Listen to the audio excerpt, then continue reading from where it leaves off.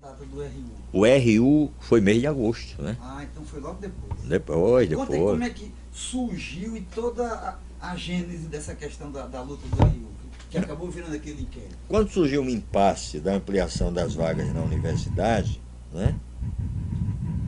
E quando recrudesceu o processo de repressão, porque saiu nesse período de agosto o chamado Decreto Antipasseata, depois da chamada Sexta-feira Sangrenta no Rio de Janeiro, em que até policiais morreram também, né? Acho que foram 8 mortos, 6 no nosso campo, estudantes, e 2 da repressão. A gente resolveu fazer muitas assembleias e atividades dentro das unidades de ensino. E as assembleias gerais normalmente eram no restaurante universitário, que tinha muito espaço, né, onde o pessoal fazia refeições e tal. E em resposta às intransigências do reitor, Onofre Lopes, normalmente quando o movimento estudantil radicalizava, ele renunciava à reitoria e quem assumia era o vice, Otto Guerra, porque Otto Guerra tinha mais civilidade, mais habilidade para dialogar. Ele se recusava a dialogar, né? Ele achava Paulo que... disse que quando ele falou aqui pra gente, quando falava no nome dele, ele se tremia de raiva. Não, Era uma coisa pessoal. Eu fui numa comissão de excedentes e eu só consegui dizer as primeiras palavras. Ele chamou a segurança para não botar para fora. E o fato interessante é o seguinte, é que essa comissão era constituída por 7 pessoas. O único homem era eu. Eram 6 mulheres e um homem. Apenas eu. Né? Nem as meninas foram objeto de respeito. Quando ele chegou, os baderneiros viraram um caminhão de Coca-Cola no Rio de Janeiro. Ele disse, Coca-Cola para nós é imperialismo. Disse, você é do jeito deles também, então você tá fora, bota para fora e tal. Aí apertou um negócio lá e chegaram os caras. Era, desse jeito. Ficava transtornado. E levava a questão para o campo pessoal, que nós éramos inimigos dele, que nós éramos aloysistas e tal. Levava a coisa para o... E tem que botar que o filho dele... O filho dele nos ameaçou de morte. E o filho dele era membro do CCC. Então ele fez uma lista dos que deviam morrer. Ivaldo, Jair Mariston, Juliano Siqueira, Emanuel Bezerra,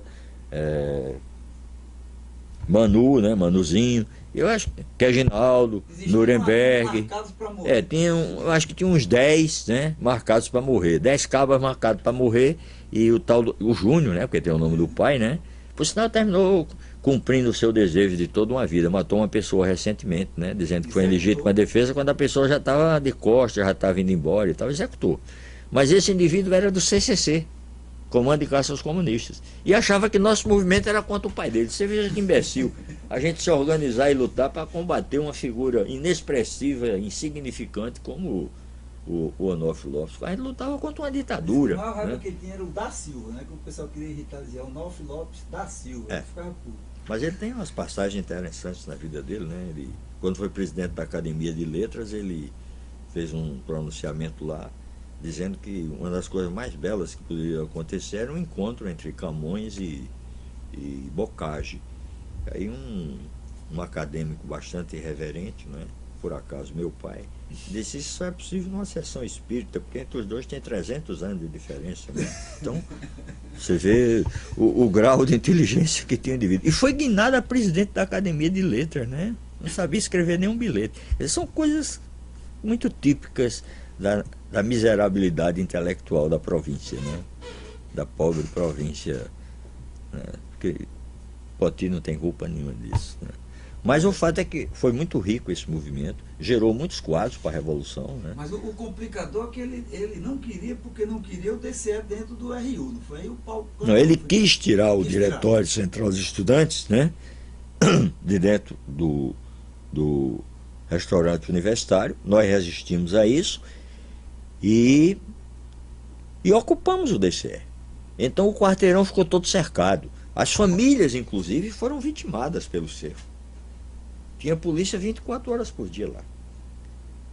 Mas o problema é que as famílias se solidarizaram conosco. A gente recebia... né? O povo dava comida. Nós recebíamos saco de feijão, de arroz, de macarrão. Ficou autogestão, né? Foi autogestão. Isso durou em torno de 40 dias. As meninas faziam comida, a gente lavava os panelões, era um trabalho danado, porque as panelões não é brincadeira, né? Os meganhas que ele tinha botado lá dentro, os dedos duros que trabalhavam lá, caíram fora, né? E a gente assumiu tudo. Higiene, fazer comida e tal. E também tinha um lado do lazer. À noite, bailes, né? Música popular brasileira, era o André, Chico Buarque, Nara Leão, e músicas também para a gente se divertir dos anos 60, para dançar. E muita gente é casada hoje desde aquele tempo, né? Muitos filhos começaram ali. No final, o RU, com aquela questão daquele inquérito, foi, na verdade, o sequenciamento do que foi o Lacerda e o Velho, né? Que foi a primeira vez que indiciaram vocês e condenaram, né? Toda aquela geração. Exatamente. Agora, o RU também, quando eles ganharam a liminar na Justiça Federal, que não é novidade, eles sempre dão, né? Em favor da propriedade, eles sempre dão, né? O MST sofre isso todo dia. Agora mesmo eu estava batalhando aí, uma cautelar contra uma liminar para botar um pessoal para fora lá do acampamento Eldorado do Carajás, lá em Macaíba. E telefonaram para mim nesse momento aqui para colocar isso mesmo, e com esse povo que eu vou me reunir daqui a pouco, né? Mas quando eles entraram lá, quebraram todas as cadeiras, rapaz, quebraram tudo, né? Nós tivemos que fugir pelos fundos, sair da Deodoro. Não, entraram como se fosse uma ação de combate, né? E não foi polícia, não, foi o exército que entrou. Entrou com coronhadas, etc, etc. Jogaram algumas bombas de efeito moral. Quando jogaram, a gente já estava na Felipe Camarão, já tinha pulado os muros e tal, né? Aí logo depois tem a questão do AI-5, que aí, não, começa a clandestinidade. Quando vem o AI-5, aí a gente já está na semi-clandestinidade. Aí eu já fazia uns 6 meses que eu não ia nem em casa, né? Se você fosse em casa, você corria o risco de ser preso. Então a gente nem ia em casa, nem andava sozinho, tinha esquema de segurança. Eu normalmente dormia na periferia, no Velho Carrasco, né? Mereto, naquelas favelas, a Velha Coreia, aquele negócio todo, né? Que eram áreas paupérrimas, e onde eles não iriam nos procurar, né? Até porque nós éramos quase todos de origem de classe média, moradores de Petrópolis, Tirol, cidade e tal. Então a gente começou a ensaiar já o que iria fazer depois da clandestinidade a partir de 69, embora de Natal, não dava para ficar aqui. Por exemplo, algumas pessoas não podiam ficar aqui de jeito nenhum, a exceção dos que foram presos, como o Jaime, né? O Emanuel, quando saiu da prisão, foi embora. O Jaime, quando saiu da prisão, não continuou a militância revolucionária, foi para o Rio de Janeiro, ingressou no SESC Nacional, como é o caso do Ivaldo, etc. Mas os companheiros que, por exemplo, eu escapei de ser preso, fui condenado com todos eles no processo, né? Mas não me pegaram. Eu fui dos poucos que escapei por conta desse. Não foi nada de segurança, não. Foi um excesso de vinho numa festa, que foi até o aniversário da sua irmã, né? Eu fiquei lá até de madrugada e fui dormir na casa do Djaí. E quando liguei para a casa da vizinha. E daí era a vizinha não, era em frente ao 7 de setembro, lá na rua Siridó. Aí a gente foi para lá. E de lá eu fui para o Ateneu. Quando o pessoal me viu, disse que todo mundo tinha sido preso, aí eu fui para a medicina, e da medicina fui para o Carrasco. Um companheiro nosso que era metalúrgico me abrigou lá, e lá eu fiquei até o partido me pegar e me levar para o Recife. Aí passei a ter vida clandestina, guerrilha urbana, aquela coisa toda.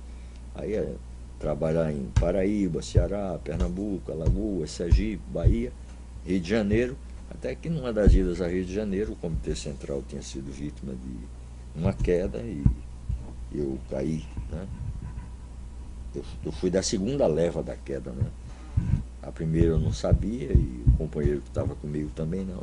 Quando a gente foi no aparelho, por sinal era a casa do Apolônio de Carvalho, o Apolônio já tinha sido preso. Nessa época o Mairov também, na véspera o Mairov já tinha sido assassinado, e houve a queda de quase todo o Comitê Central. Dos 15 companheiros, 12 caíram dessa vez, né? Dos 15 titulares no Comitê Central. Porque a reunião estava durando muito e a gente tinha partido ao meio, né? E 2 dias de descanso para voltar, e nesse intervalo...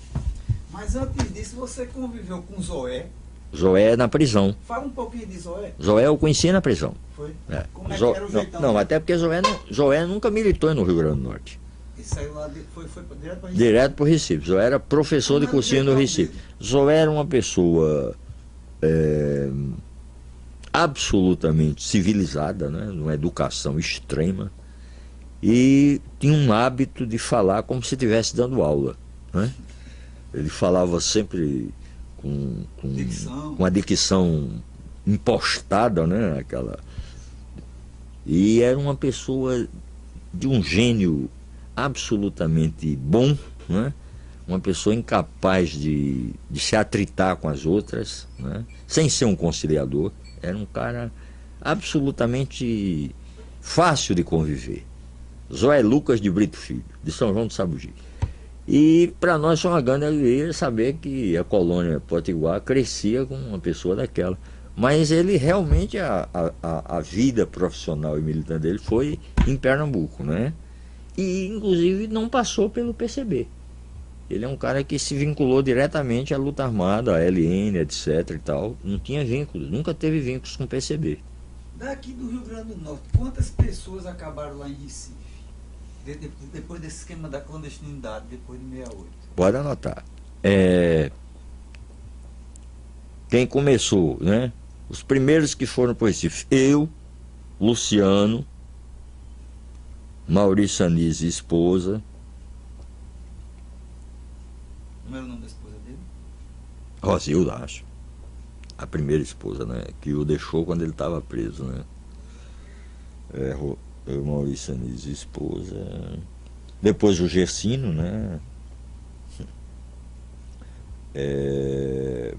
Silvério.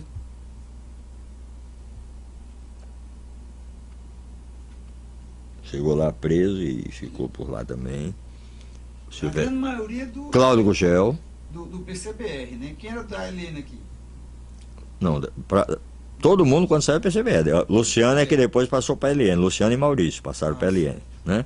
Então vamos lá. Cláudio Gugel, Luiz Alves, a Natália Alves.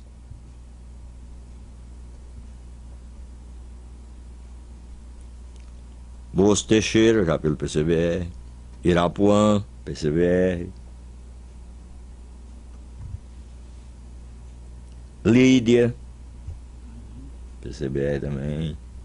Aí do PCR. O PCR tinha muita gente na universidade, mas a imensa maioria do pessoal não foi para a clandestinidade. Daqui que eu me lembro bem foram Emanuel Bezerra dos Santos, o Emanuel, e Nuremberg Borja de Brito. Jair Mariston não foi, Manu não foi, Ivaldo não foi, Rinaldo não foi. A Luísa também não foi. Apesar de nessa época ela ter até um relacionamento íntimo com o Emanuel, mas não. E da AP, um companheiro daqui foi também, né? O Luiz Medeiros. Luiz Bocão, Luiz, que foi jogado lá do DOPS do Recife. Ele militou aqui também, aqui em Natal, Luiz Medeiros? Ele começou aqui. Mas depois foi para Pernambuco, mas começou aqui, né? E esse foi para a Zona da Canavieira e eu me encontrei com ele várias vezes no município do Cabo, né? A gente participando como... Imagina que furo de segurança, né? A gente com a nossa cara típica de pequeno burguês indo para a Assembleia de Camponês, quando surgiu aquela famosa greve cabo-escada, né? Então aquilo para nós era como se fosse uma pepita de ouro, vamos lá orientar a greve, aquela coisa toda. E o Luiz Medeiros, que nós tínhamos como uma pessoa que não tinha nenhuma ideia na cabeça, que era um alienado e tal, na verdade ele fazia aquilo propositalmente, né? Porque ele queria entrar na luta de uma forma que ele considerava efetivamente revolucionária, né? E foi como ele fez, e fez de uma forma... aquele negócio de fazer de doido para comer o cu do coveiro, né? Mas o Luiz era desse jeito. Isso não vai ser gravado, não. Mas o Luiz era desse jeito mesmo, era uma pessoa muito séria. A convivência de vocês com o Perli foi mais ou menos nessa Não, época? Perli quando veio de Moscou, né? Ele foi direto para o Rio de Janeiro.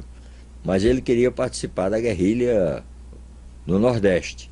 Aí mandaram Perli para... Fazer prospecção, né? Não, mandaram o Perli para nos ajudar no PCBR, lá no Recife. Então, a primeira tarefa que ele recebeu do Comando Político Militar, do CPM, foi fazer um levantamento na região norte, próximo do oeste, e áreas em que nós pudéssemos montar 2 ou 3 fazendas para funcionarem como áreas de treinamento, para a partir dali a gente desenvolver os núcleos guerrilheiros, né? Mas o Perli demorou pouco no PCBR, e eu fiz o contato do Perli com a LN. Eu entreguei o Perli à LN, porque ele estava criando muito problema para a gente no PCBR, né? Era um pentelho, o cara dentro de um aparelho do PCBR, fazendo o culto da outra organização. Então eu solicitei um ponto à LN. Quem cobriu esse ponto foi a companheira Dulce Pandolfi, né? Que é um grande quadro, uma grande amiga, trabalhando na Fundação Getúlio Vargas, pernambucana. E até ela chegou para mim e disse: rapaz, isso não é sacanagem não, camarada? Isso é claro que eu não vou fazer sacanagem, né? O cara não quer ficar no PCBR, o cara acha que a organização revolucionária é a LN. Então, e quando ele foi preso, estava num bar com o marido dela, né? Teve esse aspecto desagradável da prisão. Namorou com a irmã de Zoé. Só quem deve ter conhecido a família de Zoé, né? Perli, porque Perli era o cara que não tinha família, então ele ficava paquerando as visitas de todo mundo, né? Então eu, como já tinha uma namorada fixa, né? E tinha minha mãe e tal, então eu não tinha muito tempo para isso. E Perli era aquele cara que não era do Rio Grande do Norte, tinha um pai com quase 100 anos de idade lá nos Cafundós do Juda de Minas, na fronteira do Espírito Santo de Minas, né? Uma terra até em atrito, onde houve troca de tiro entre capixabas e mineiros e tal. Então Perli ficava conversando com todo mundo, né? E o Perli tinha outro fato interessante. O Perli era oposição permanente à direção do coletivo, se bem que ele fazia parte. Então a direção do coletivo eram 3. Eu, Luciano e Perli. E o placar era invariavelmente 2-1 contra Perli, né? Em todas as posições ele perdia todas, né? Porque Luciano, quando na prisão, aí Luciano voltou a se integrar com a base do PCBR, né? Na prisão. Então Perli queria tomar o poder a partir da cadeia, né? Eu não sei como é o caminho que ele estava. Uma coisa interessante, só um detalhe. Quando Perli recebeu o título de cidadão brasiliense, sabe qual é a música que ele tocou lá? Uhum. Royal Cinema. Ah, em homenagem. Praeira. Ele adorava Praeira. Ele captou, eu acho que a amizade que a gente fez de Perli foi um pouco assim, a gente herdou a amizade que ele tinha com você lá. A música que ele gosta mais. Não, ele pedia para eu cantar para ele adorava para ele. Eu era o único que sabia a letra toda, né? E ele copiou e tal, e gostava. Ele lembra até da entonação da voz que vocês faziam alto para todas as pessoas das Se às vezes, seguindo a frota, pairava uma gaivota. Dizia, mas isso é bonito, né? Não sei o quê. E o Perli é autor de uma das coisas mais famosas. Um camponês daquele lá preso disse: seu Perli, e esse Beethoven, quem é? Esse é o Luiz Gonzaga da Alemanha, né?